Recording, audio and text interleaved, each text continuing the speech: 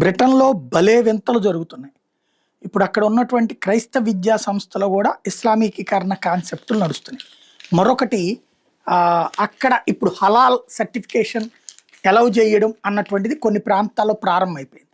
మరొక వైపున అక్కడ ముస్లిం కౌన్సిలర్ ఒక ఆవిడైతే తన నియోజకవర్గ పరిధిలో క్రిస్మస్ జరుపుకోవడానికి వీల్లేదన్నటువంటి స్టేట్మెంట్ ఇచ్చుకొచ్చింది.